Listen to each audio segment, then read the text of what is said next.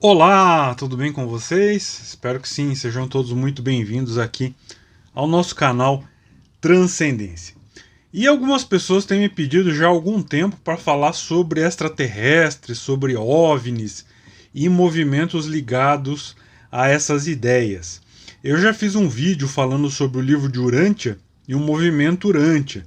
Então, se você ainda não assistiu, eu vou deixar aqui no card e aí você pode dar uma olhadinha lá e ver o que eu falo sobre o movimento Urântia e sobre o livro de Urântia.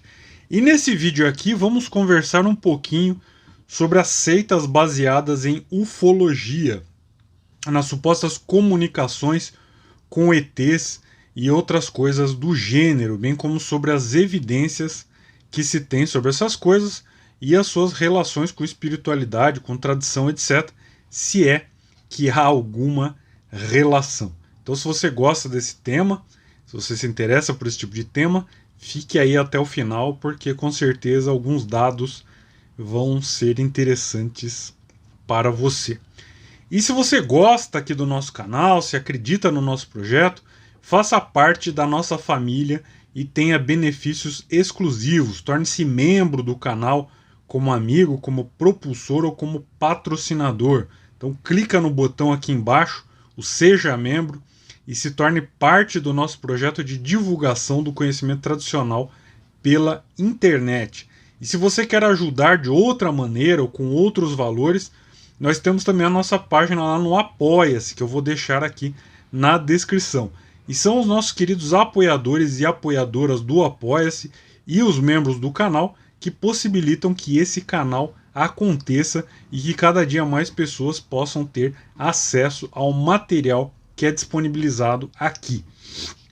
E eu gostaria de dar as boas-vindas aos novos membros. Então, ao Aloísio Gomes, a Mariana Machado de Freitas e ao Nicolas Monteiro. O Nicolas já era nosso membro, mas agora ele passou a ser patrocinador. Então gostaria de dar muito boas-vindas, de agradecer, porque são vocês que possibilitam que esse canal possa acontecer. E para você que tem interesse nas minhas obras mais recentes sobre maçonaria e maçonologia, temos também a nossa página lá na Hotmart. Então vou deixar aqui na descrição os links para você poder conhecer e adquirir as minhas obras em e-book. Agora, se você tem interesse neste livro aqui, o livro físico, Curso Elementar de Maçonologia, eu vou deixar também na descrição o meu e-mail. Você me manda um e-mail com o seu CEP, seus dados postais, seu endereço, né? Eu faço o cálculo do frete, mando para você o cálculo do frete mais o valor do livro, os dados bancários, você deposita, me avisa e eu envio o livro para você pelo correio. Caso você queira o livro autografado, basta você me avisar, eu autografo para você o nome de quem você queira presentear com muito gosto. E não se esqueçam também que eu tenho um perfil lá no Instagram, me sigam lá também no @transcendência André Muniz, que eu estou sempre postando material que eu acho interessante por lá. E conheçam também a nossa Escola da Tradição Primordial, sempre falo aqui nos vídeos, né? Muita gente entra nos comentários fazendo uma porção de perguntas que demandam ali, às vezes, respostas muito longas, né? E eu digo, procure a Escola da Tradição Primordial, né? A Escola da Tradição Primordial é um grupo para estudiosos, para pessoas que querem se aprofundar de verdade nos tipos de tema que nós desenvolvemos aqui. Então, na Escola da Tradição Primordial, você terá acesso a cursos completos, a textos, a traduções exclusivas, a livros e a interação com pessoas com os mesmos interesses que você, o que enriquece demais o debate. Então, lá na Escola da Tradição Primordial, você poderá perguntar sobre diversos temas, terá acesso a material exclusivo, a coisas consideradas até secretas, enfim, terá um crescimento cultural bastante acentuado. Lá nós desenvolvemos bem a temática de alguns vídeos com os alunos, o que é impossível fazer por aqui. Então, outro dia me perguntaram, por exemplo, sobre estoicismo. Nesse momento, acabou de acontecer lá uma exposição de um resumão completo sobre o estoicismo. Então, se você gosta desse tipo de tema, conheça a Escola da Tradição Primordial. Vou deixar os links na descrição deste vídeo, ok? Então, dados esses nossos recadinhos iniciais, vamos começar a nossa conversa. Então, para começar a nossa conversa, nós temos que distinguir três coisas, né? Primeira coisa, a existência de vida extraterrestre. Segunda coisa, a possibilidade de comunicação com extraterrestre. E terceira coisa, a relação dos extraterrestres com vida espiritual. Essas três coisas, elas são constantemente ou frequentemente confundidas, né? Essa confusão, ela causa muitos estragos e compromete bastante a compreensão do tema. Então vamos começar falando sobre a existência de vida extraterrestre. Então, há boas possibilidades do universo estar repleto de vida. Há centenas de milhões de estrelas só na nossa galáxia, né, e centenas de milhões de galáxias no universo. Então, sendo assim, a probabilidade do nosso planetinha ser o único onde tenha se desenvolvido vida inteligente é uma probabilidade bastante remota, né? Ou seja, a existência de extraterrestres, ou seja, de formas de vida inteligente fora do planeta Terra, é algo bastante razoável e com grande possibilidade de ser real. Ou seja, a existência de extraterrestres é algo bastante razoável e muito provavelmente real. Tá, agora nós esclarecemos o primeiro ponto, agora vamos para o segundo ponto. E no segundo ponto começam os enguiços, né? A possibilidade de comunicação dos extraterrestres com a Terra. Então a possibilidade de comunicação de extraterrestres com a Terra é bastante complicada por questões físicas, ou seja, velocidade e distância, né?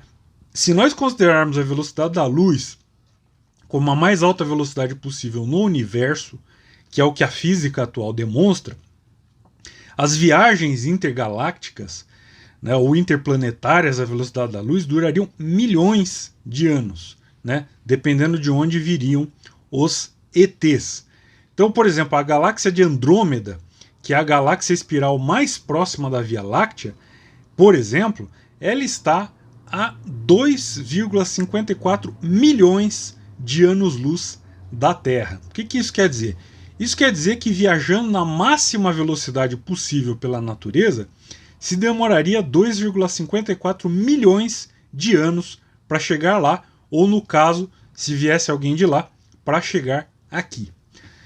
E se nós estivermos falando de ETs de dentro da Via Láctea? Bom, se nós estivermos falando de ET dentro da Via Láctea, a Via Láctea ela tem quase 2 milhões de anos-luz, ou seja, para atingir toda a sua extensão no máximo da velocidade, na máxima velocidade possível, né, a velocidade da luz, se levaria 2 milhões de anos. Então, contando-se que a Via Láctea ela tem pelo menos 100 bilhões de estrelas, né, no mínimo, né, 100 bilhões de estrelas no mínimo, e pode chegar até 400 bilhões de estrelas de acordo com as estimativas.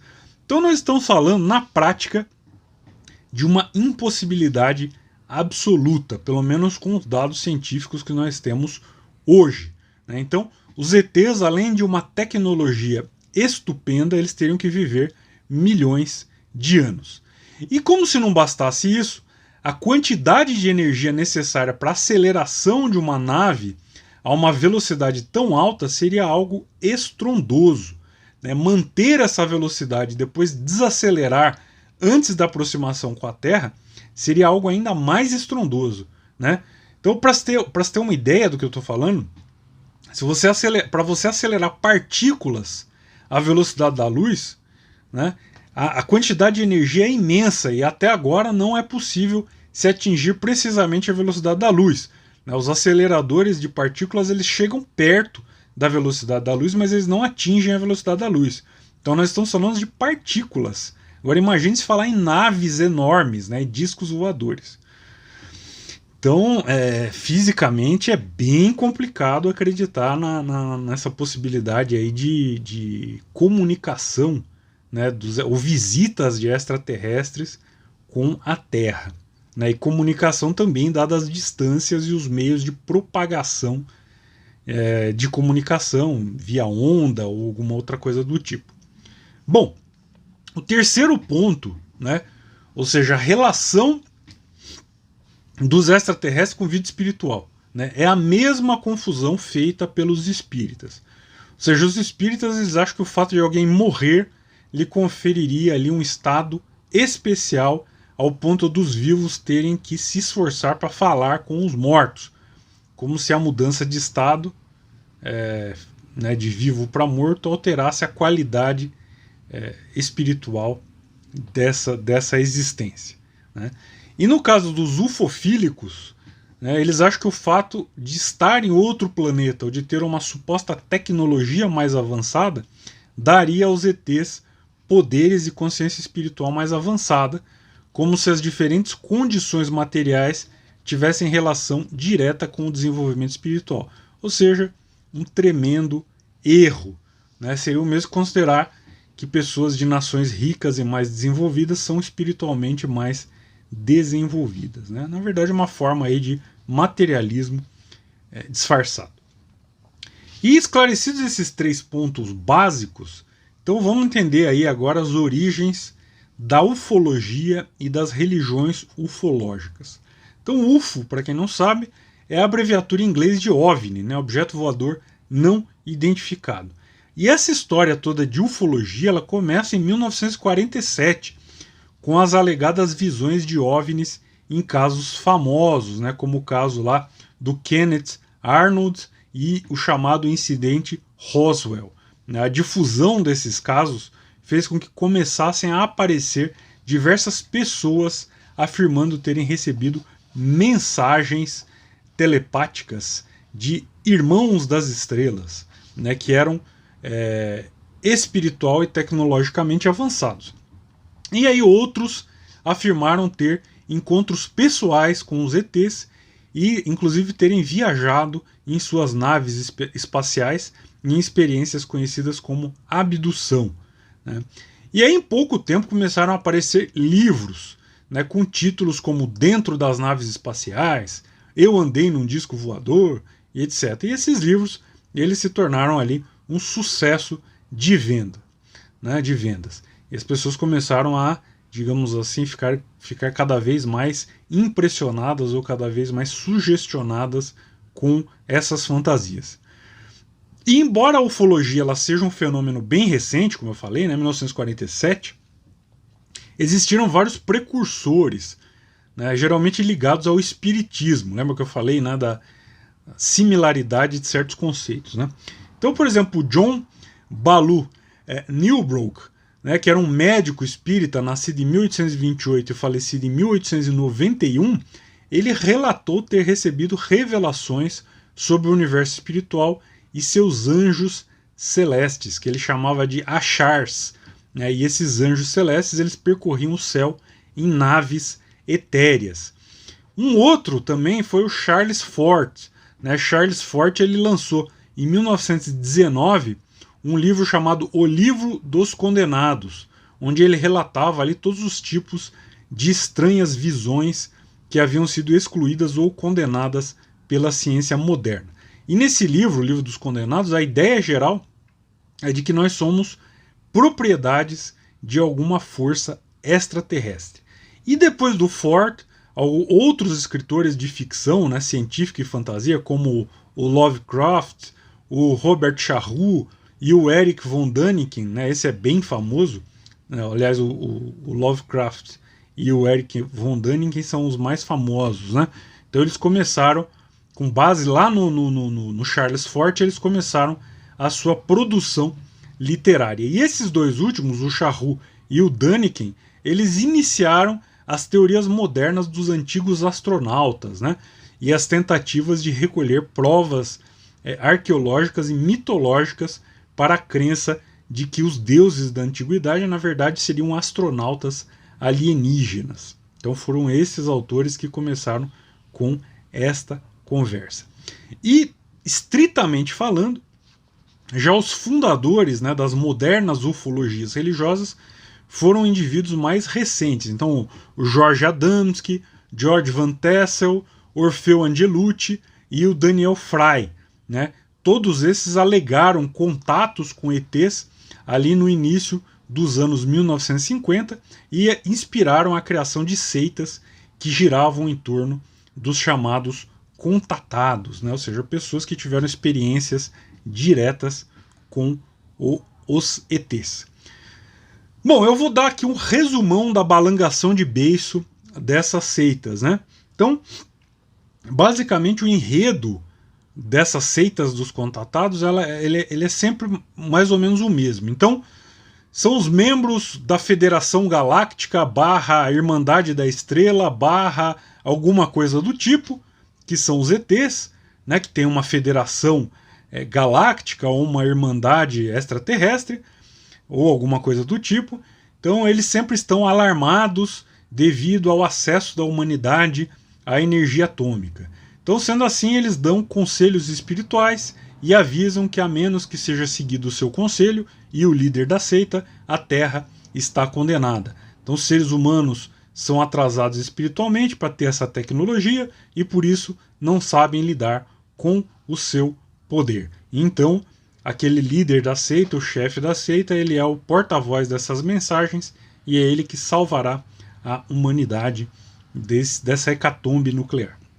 Em resumo, figuras como a Grande Fraternidade Branca, Mestres Ascensos, etc., eles reaparecem num contexto da era espacial, né? Então, você pega aquela mesma mitologia de um grupo de seres ultra espiritualizados, só que você transfere essa mitologia para a era espacial, né? Então você toma, por exemplo, o Ashtar, né? Ashtar, que é o suposto comandante espacial de uma gigantesca frota de estrelas com milhões de naves de luz, né? Até o nome Ashtar, ele é tirado da obra A Doutrina Secreta da Blavatsky, né?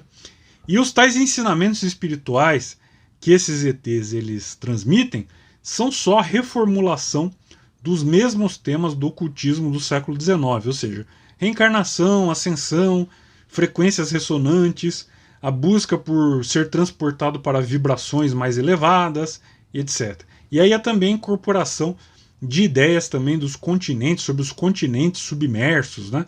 Continente de Atlântida, continente Mu, e alguns conceitos também mal digeridos que eles tiram das doutrinas orientais, como Karma, Atman, etc.